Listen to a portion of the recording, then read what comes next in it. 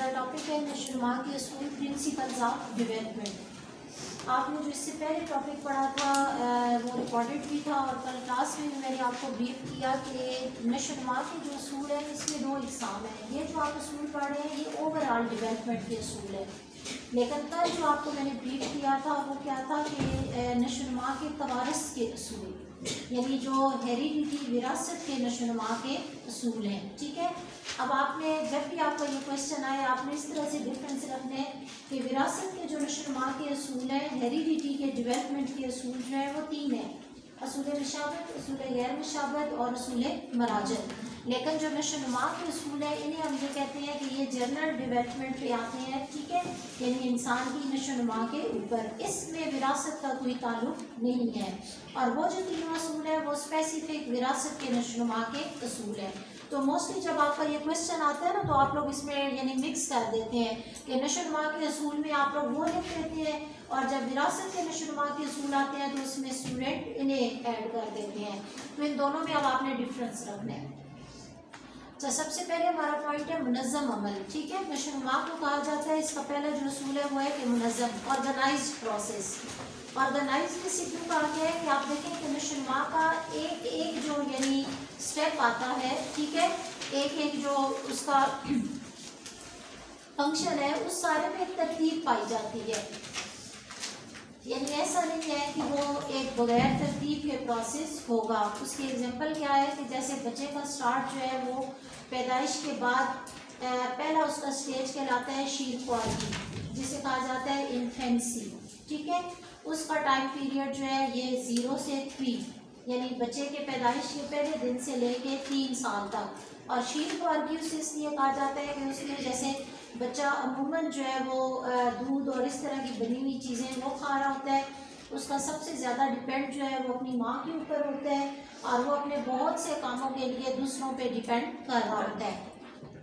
Second जो है वो है लड़कपन। ठीक है, ये उससे अगली स्टेज स्टार्ट होती है जो 4 क्लास यानी 4 ईयर से स्टार्ट होती है, जब एक बच्चा जो है वो स्कूल में इनरोल होता है या उसकी एजुकेशन स्टार्ट होती है। और ये जो दौर है ये ज़्यादातर बच्चों का ऐसा होता है कि जिसमें खेल कूद, उनकी फिज़िकल मूवमेंट्स यानी ऐसे खेलों को वो पसंद कर रहे होते हैं कि जिसमें उनके मूवमेंट्स और मसल्स ज़्यादा इन्वॉल्व होते हैं।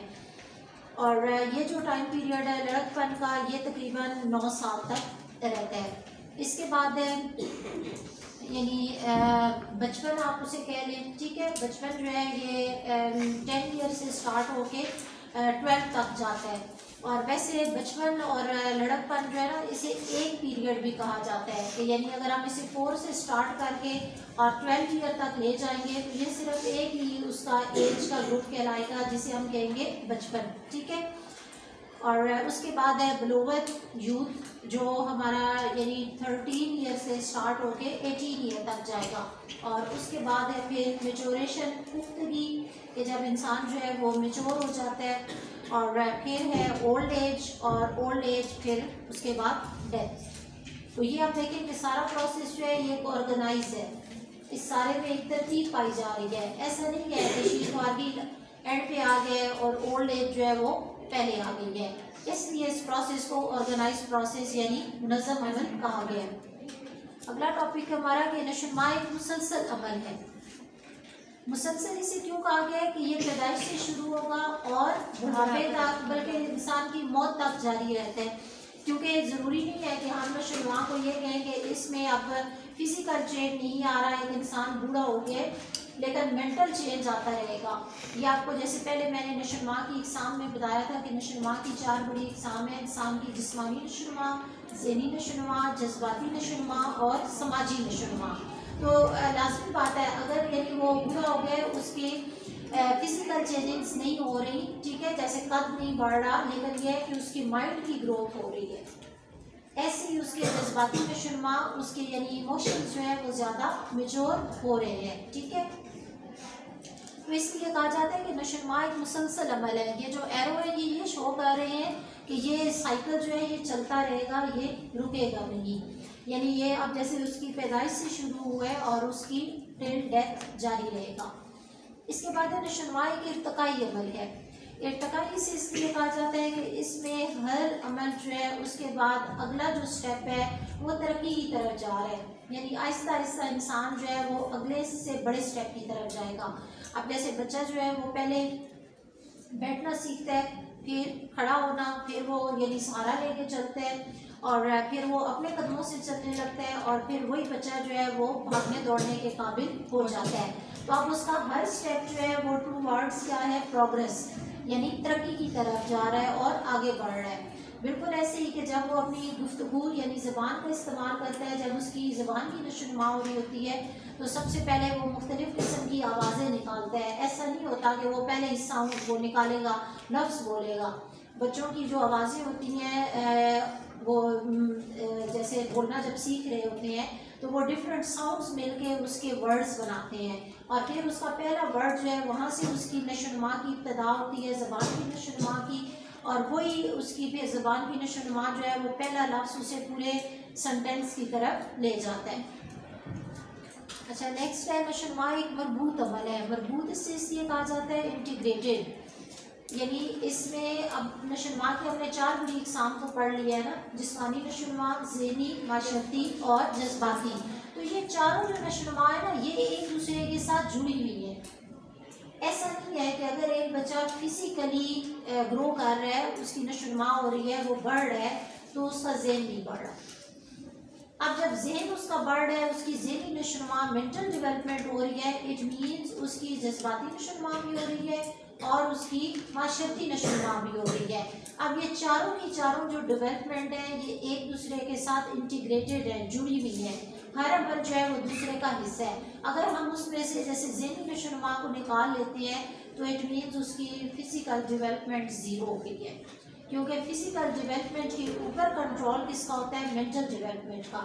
इसकी ये एग्जांपल है कि जैसे अगर हमें कोई चोट लगती है तो वो चोट, उसका दर्द का एहसास होता है। वो दर्द का एहसास क्यों हो रहा होता है, क्योंकि हमारा माइंड जो है वो रिसेप्टर्स भेज रहा होता है हमारी स्किन की तरफ और हमें वहाँ पे जाके एहसास होता है कि हमें चोट लगी है, दर्द हुआ है, और वो हमें एहसास की जो हिस्सा है वो माइंड से मिल रही होती है। अगर माइंड नहीं होगा तो उसे दर्द का एहसास ही नहीं होगा। नेक्स्ट है नशोनुमा की मुख्तलिफ रफ्तार। मुख्तलिफ बच्चों में नशोनुमा की रफ्तार मुख्तलिफ होती है, या वो ऑब्ज़र्व कर सकते हैं कि जैसे कुछ बच्चे फ़िज़िकली, मेंटली, जज्बाती तौर पे या जिस्मानी या माशरती लिहाज से एक दूसरे से मुख्तलिफ होती हैं। तो उसमें वो कई बार हमारा टॉपिक आ जाता है कि एक बच्चे को अगर विरासत और माहौल अच्छे मिल रहे हैं, लाजमी बात है उसकी नशोनुमा अच्छे तरीके से अच्छी हो रही है।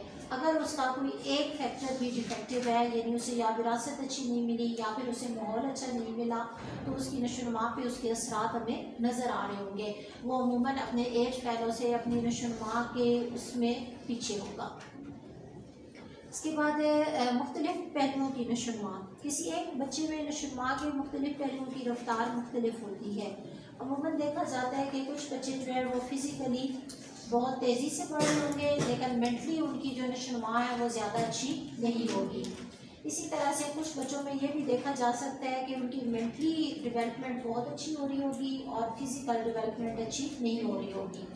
तो इस वजह से यानी एक इंसान के अंदर भी मुख्तलिफ पहलुओं की नशोनुमा में फ़र्क हो सकता है, लेकिन अगर फिज़िकल डेवलपमेंट जो है वो अच्छी हो रही है तो लाजमी होता है कि फिर उसकी मेंटल डेवलपमेंट भी अच्छी होगी, क्योंकि वो कहते हैं ना कि फिज़िकल बॉडी हैज़ अ यानी a sound body has a sound mind. क्योंकि अगर आप जिस्मानी तौर पे सेहतमंद और मजबूत होंगे तो आप ज़हनी तौर पे भी सेहतमंद और मजबूत होंगे। नेक्स्ट है जेंडर, यानी लड़की और लड़कियों की नशोनुमा की रफ्तार में डिफरेंस आता है। लड़के जो हैं वो नशोनुमा में स्टार्ट में, ठीक है, लड़कों की नशोनुमा ज़्यादा तेज़ होती है, लेकिन आफ्टर 13 ईयर लड़कियों की नशोनुमा ज़्यादा तेज़ होती है। तो ये यानी एक अल्लाह ताला की तरफ से इस तरह का एक है कि लड़के और लड़कियों के नशोनुमा में डिफरेंस आ रहा होता है। अमूमन में किसी वजह से लड़कियां जो है वो अपनी एज से पहले ज़्यादा बड़ी नज़र आने लग जाती हैं।